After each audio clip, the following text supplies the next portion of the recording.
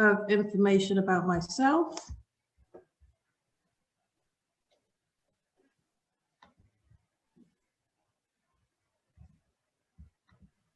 Oops, sorry.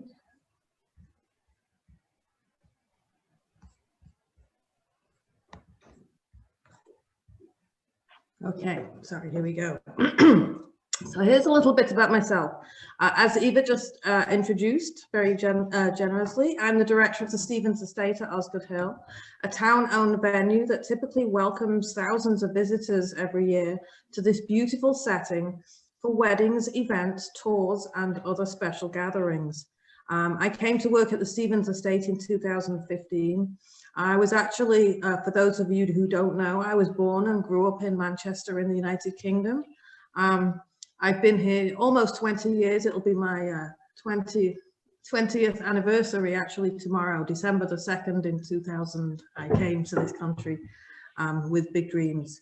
And it's possible that without my background, I wouldn't be in the position to be able to present this incredible story to you this evening. So I hope you enjoy it. So let's talk about Moses Stevens. You probably know more about him than I do. He was the son of one of North Andover's founding families. Moses Stevens was a founding member of the North Andover Improvement Society when it was established in 1885. Osgood Hill was Moses Stevens' home when it was completed just a year later in 1886. Improvement societies were created in America starting in the 1860s. Their objective was to aid in any way with its power every enterprise which has as its object the physical improvement of the town, and those that aimed to elevate its social life and develop a higher citizenship. Sounds like a very grand ideal. The late 1800s were a time of great upheaval and an age of big ideas and innovation. The fear of machinery taking over from cottage industries and the decline of craft skills created much opportunity for the connected and wealthy, but also presented difficult socio-economic conditions for everybody else. There was a highbrow intellectual and literary scene at the time, of which Boston was the center of the universe. Why not? In elegant rooms throughout the city, politicians and academics, philosophers and artists would gather and have animated conversations.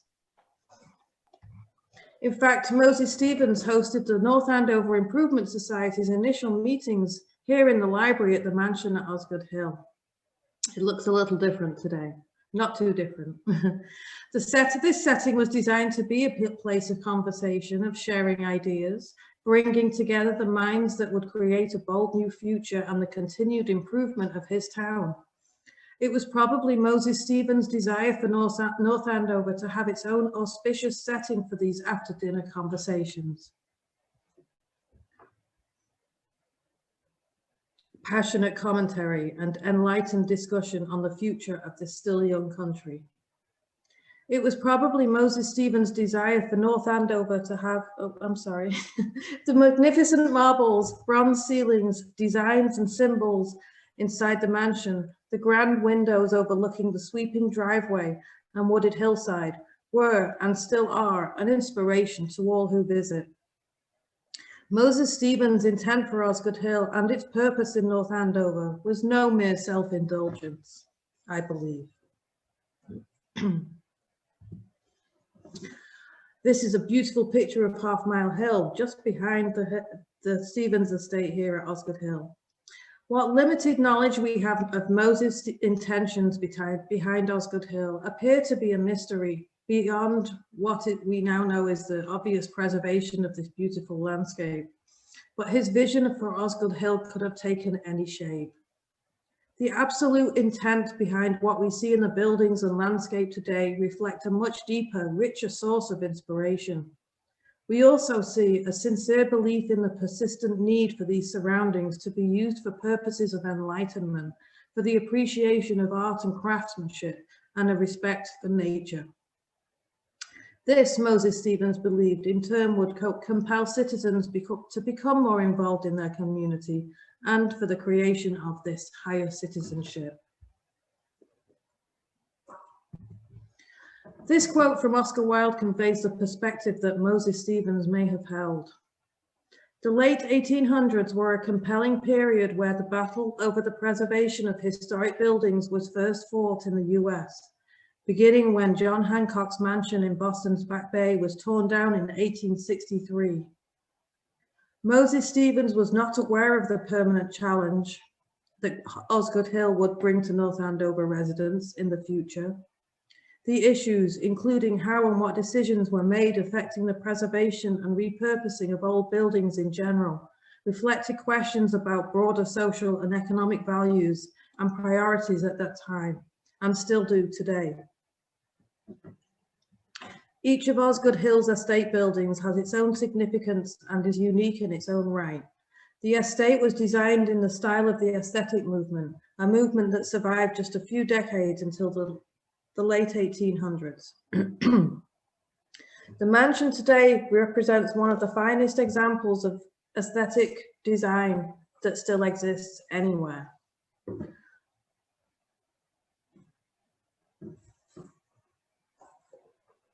Osgood Hill, a noted historic landmark, has witnessed many of the highs and lows of the North Andover community and may have even hosted some of the historical events that changed history as it was designed to do. Moses Stevens understood the necessity to preserve and protect the land, but his efforts gave the town of North Andover a unique treasure, a defining legacy of his own that guaranteed the gift of history, culture, and education to future generations that most towns in America do not have.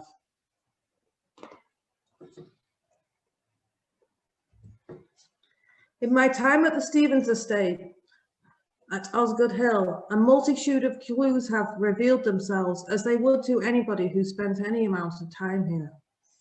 Alone, the clues have little meaning, but together they create an incredible origin story, in fact, one for the history books. This presentation will highlight just a few of the clues and their connection to this story, but there are many more clues that we have no time for this evening.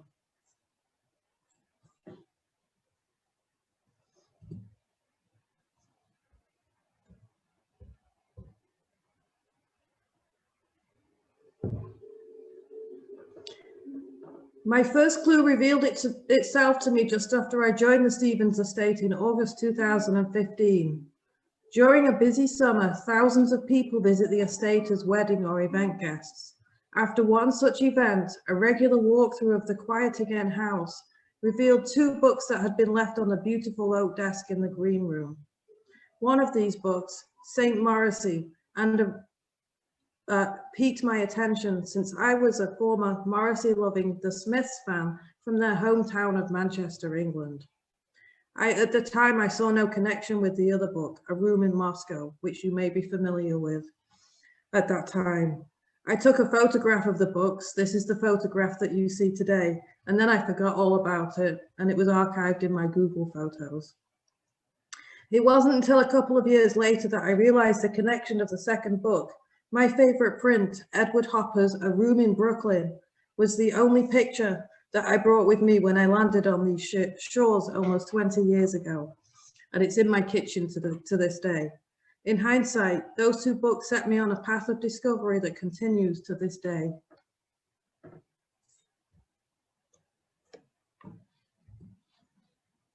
Over time, I began to realize that nothing at Osgood Hill was accidental.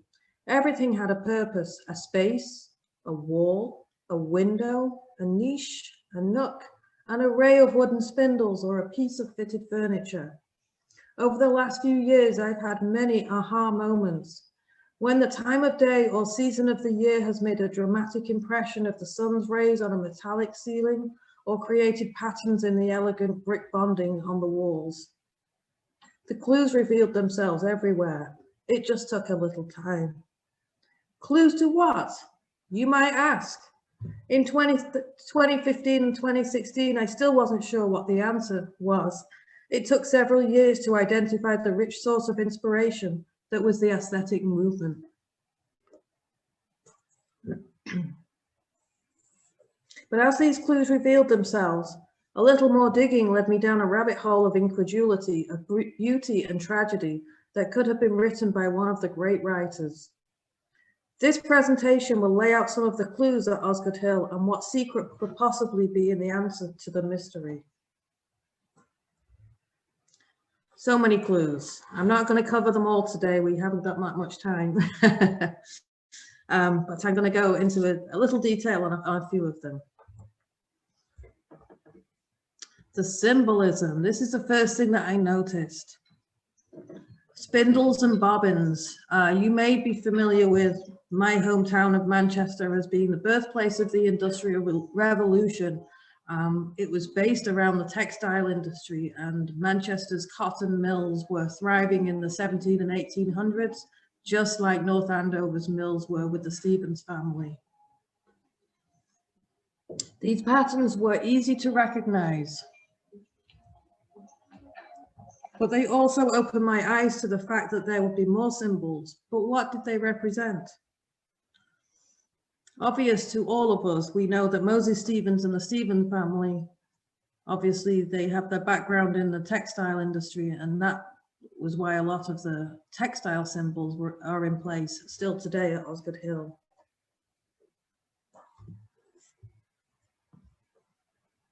Oops. Sneaking ahead. The use of natural light is a signature feature of aesthetic artwork, as exemplified by James Whistler, who came from Lowell just down the road, but it's featured in much of his artwork. The David Neal painting on the staircase is a good example. While it was designed and positioned never to receive direct sunlight, the way the light falls onto the canvas makes the painting's features stand out iridescently or vanish into the dark background. The painting could appear to be hundreds of different paintings on a different day or under different conditions. Next is my favorite, sunflowers.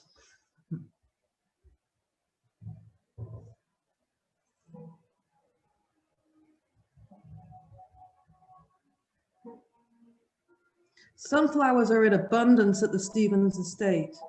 They are imprinted onto the brass doorknobs, beautifully carved into wood blocks and in a multitude of casts along the second floor hallway.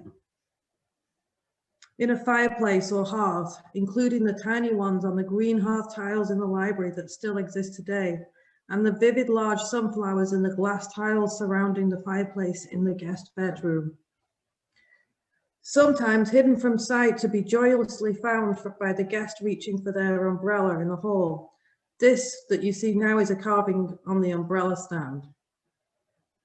Most, if not all, of these pictures and these sunflowers all over the mansion at Stevens Estate are kissed by the sun at different times of the day or cast a dramatic shadow when light enters the space.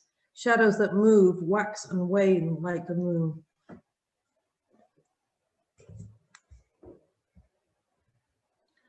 So this is my funky story of blue and white china. Very emblematic of the aesthetic period. In fact, Oscar Wilde is famous for quoting his blue and white china. My story began just in 2015. We have several dedicated senior volunteers that love working at the Stevens estate and help out whenever they can. One of our volunteers, a lady called Kathy, told me when I first started here that when her son was a child, they used to come up here to the Stevens estate and walk around the woods, and he would collect little fragments of blue and white china after the Stevens family left the property in the hands of Boston University. So when they came up here, he would be picking up these pieces of blue and white china from the woods. I didn't think anything of it until later when I found out about the aesthetic movement, but it basically supported that premise that we did have blue and white china in the Stevens estate at Osgood Hill back in the 1880s, and we've been working to replenish our blue and white china since then.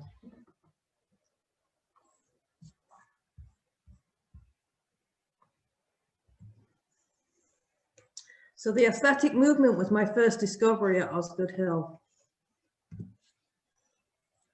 This is a great quote by William Morris, who was an English arts and craftsman and one of the the leaders in the aesthetic movement in the 1800s.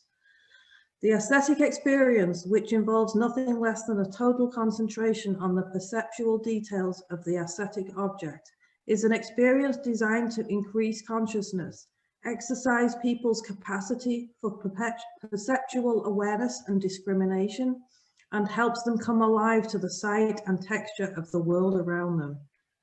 As I researched more about the aesthetic movement, I learned that this was the design ethos that created Osgood Hill, from the natural boundaries and landscapes to the position of the mansion on the hill and location of its windows, the Riverstone gatehouse and the long winding driveway. All the elements that one could notice as distinct to this setting are based on the ideals of the aesthetes.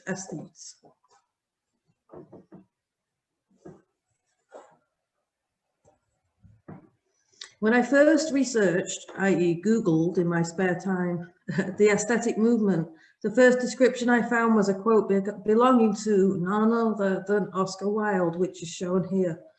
It brought me back to the St. Morrissey book that I read, that I had found a couple of years ago. Perhaps Moses Stevens was searching after the secret of life.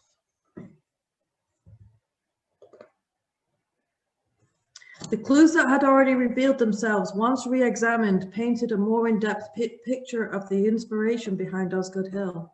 I found out that none other than Oscar Wilde would be associated in the early 1880s with the symbolic sunflower. There was no more prominent person who lived and breathed aestheticism as audaciously as Oscar Wilde in the early 1880s. Oscar Wilde toured the United States and Canada and carried the mantle of the aesthetes. First lecturing on clothing and fashion design, Oscar Wilde spoke in over 60 cities and returned to Boston 3 times to lecture on the aesthetic movement between 1882 and 1883. Guided by the response to his early shows, he customized his later lectures based on the interest of his audiences. His lectures on the House Beautiful featured the early aesthetic art movement for house building design, where local flora and fauna were celebrated in beautiful textures and carvings. His lectures had strong reviews in the international press, including the Boston Globe at the time, which can still be seen in online archives.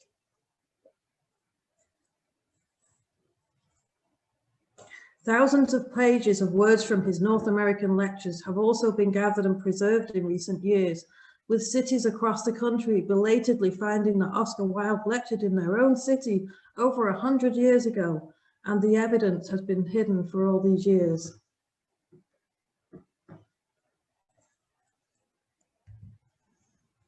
It was during this time that Oscar Wilde picked a Boston-based publisher, James R. Osgood, to publish his first book. Osgood was also Mark Twain's publisher at the time and spent some time traveling down the Mississippi with him. While the, excuse me, while the venerable North Andover Osgoods, of whom Moses' wife Charlotte was a member, were not directly related to James R. Osgood, the publisher, the family had mutual descendants, and it is not unfeasible that they were introduced perhaps after one of Wilde's lectures. Who knows? So in articles and lectures, Wilde wrote of his experiences during his North American lecture series and described how he and his lecture were received with excitement and passion from town elders and businessmen and politicians who corralled around him after these events. These people asked for his advice on aesthetic design and were inspired to create big plans for town museums, cultural institutions, and schools of handicraft that Wilde described as being needed across the country for the benefit and enrichment of all. Even without finding Moses Stevens' program or ticket from one or two of these events in the Historical Society archives, every room of the mansion shares a secret, a detail, a feature, a material, or the all-encompassing experience of aesthetic beauty that we have all experienced when the sun shines over Osgood Hill.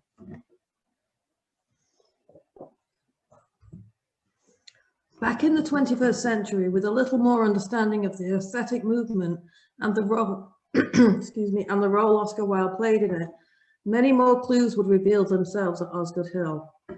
I will now show some more clues and examples of the aesthetic interiors at Osgood Hill, alongside some of Wilde's quotes from his 1882 American lecture tour. Were these words the inspiration behind it all?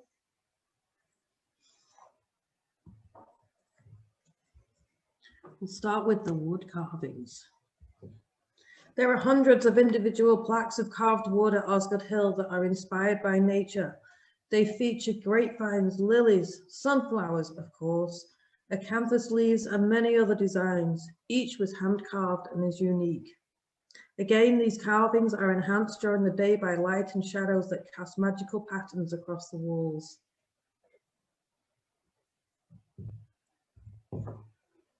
Here's a great quote from Oscar Wilde.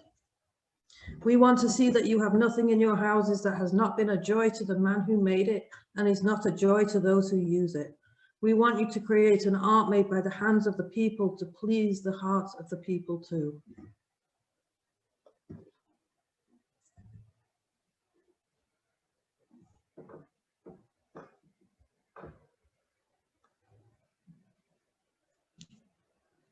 Each time you visit the Stevens estate, excuse me, or take up a walk up Half Mile Hill on the Osgood Trail, there's an opportunity to explore the beauty that Moses Stevens had designed and envisioned.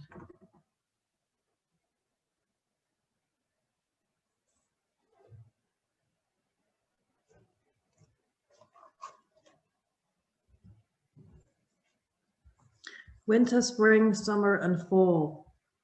Each has its own beauty, and each season and every change in weather presents a new drama, a new filter through which to see the beauty of Osgood Hill. It never gets dull.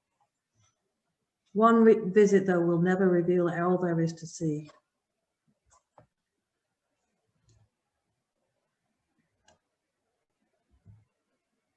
And this is a great quote by Oscar Wilde that reflects on the conditions of light, of nature that I've been describing, and how you must wait to experience them.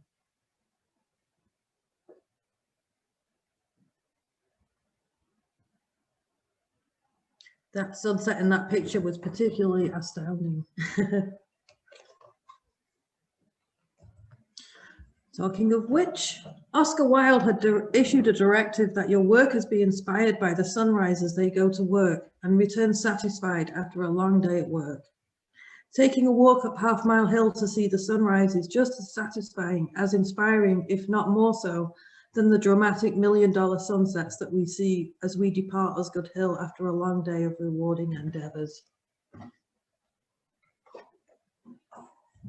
And here is Oscar again, espousing this message in 1882 to a bright copper beach morning in the fall.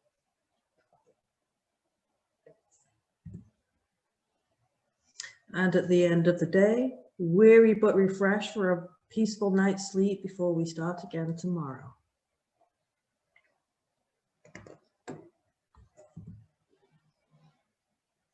Incredible finishes, the carvings we've just seen, natural materials of marble, riverstone and rubblestone, rich red brickwork. These materials all tell their own story. They embrace Oscar Wilde's passion for using nature, locally sourced materials, and only the most passionate of craftspeople to create these incredible designs.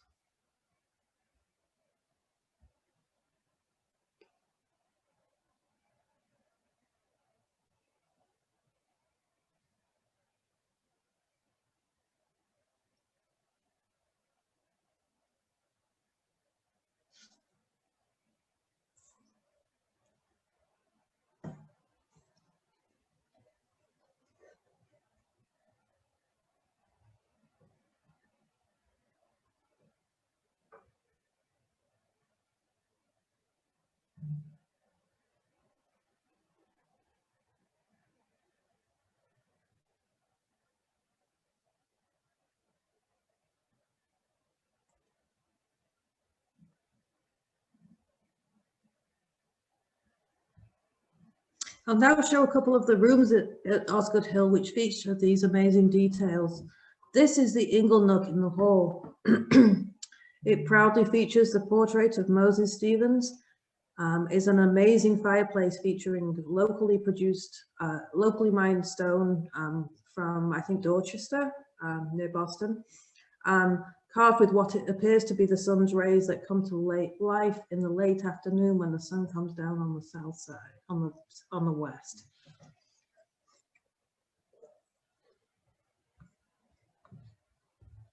This is a few pics of the library today. It still features the incredible patterns, and the sun flickers off the walls and through the spindles at different times of the day. It's still the most impressive room in the mansion. Sunflower patterns dance on the glass tiles of the fireplace. Beautifully carved wood featuring grapevines and lilies and hundreds of carved bobbin designs. The fireplace is incredible. It took a few years to notice that the deep grey and white granite of the fireplace did not extend to the sides of the chimney breast. Instead, a rich rose pink marble embraced each side of the fireplace, and the rich colours danced dramatically to a different tune at each new sunset. The ceiling features Celtic knots and whorls in copper panels with thick cord patterns that shine gold in the sunlight. This is my favorite room. This is the guest room on the second floor. My question here is, was this room designed for Oscar Wilde to be the honored guest? Again, we see Celtic knots and crosses and sunflowers adorning the frieze around the walls. This room has a huge sunflower fireplace with lots of glass tiles of sunflowers. What a warm welcome for a weary traveler from afar. It also took a few years to figure out that a beautiful fitted cabinet can actually tell the time. The afternoon sun shines in from the southwest, and depending on the time of the year, it'll cast shadows on these wooden orbs that you see in this picture in different places on the wall behind it. This cabinet, fully functioning as a cabinet, is a wonderful example of the purpose and intent with which every decision was made relating to Osgood Hill. Now I'm going to stay quiet and let Oscar do the talking for a few slides.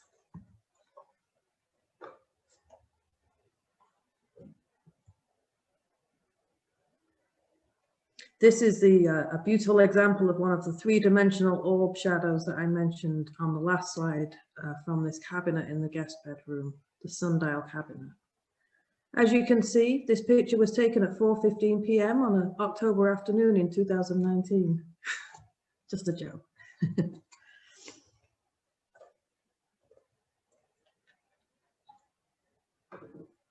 Thanks, Oscar. This quote over the last three slides references the requirements of time and observation required for noble and beautiful designs to be made, and that such things cannot be taught, but have to be experienced to be learnt. The Osgood Hill experience leaves nothing to chance.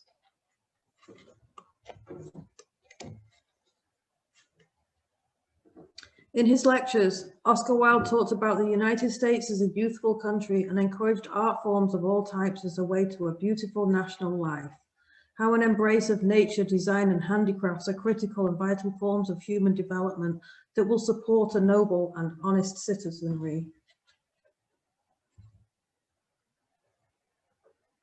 This quote from Oscar pertains to the easy to miss combination of the grey and pink marbles in the library fireplace. I'm going to move on one slide so I can show you what it looks like. So this is the fireplace that I'm talking about. Europe had its palaces and cathedrals, but here in the US you have magnificent and rich resources and majestic backdrops that will present the dramatic landscapes for your house beautiful. Your marbles and gold leaf should be used to decorate your houses. Wilde spoke of not using these beautiful materials to build your buildings, such a waste, but to be a feature of beauty and to be enjoyed by all. I conducted some research on the pink marble, and it turns out that it was not American like all the other materials in the fireplaces, but was from a town called Salome in Turkey. This connects to the story of one of Oscar Wilde's first tragedies and the first play that he wrote that was shown in Paris in 1891. The story of Salome is of the well-known episode of John the Baptist and the Dancer. Is this a coincidence? Who knows? Pretty impressive, don't you think?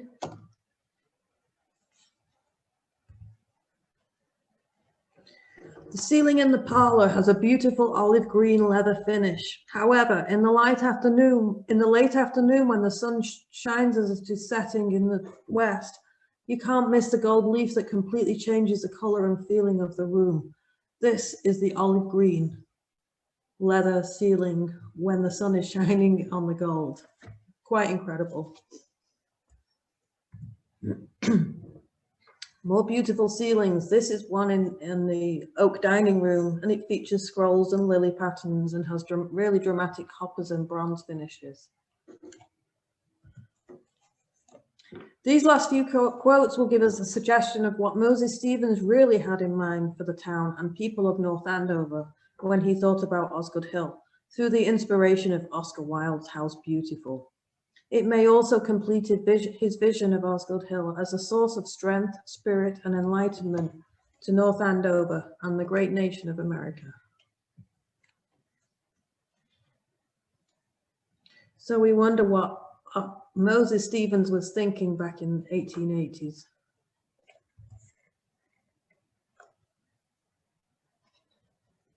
I wonder whether he agreed with what Oscar Wilde was saying. So this is a cool picture. In 2020, I found a beautiful collection of historic photos from 1886, courtesy of the North Andover Historical Society. This picture is from the 1886 library photograph I showed at the beginning of the presentation. What is the design on that? The honored guest chair's cushion in the library by the fireplace.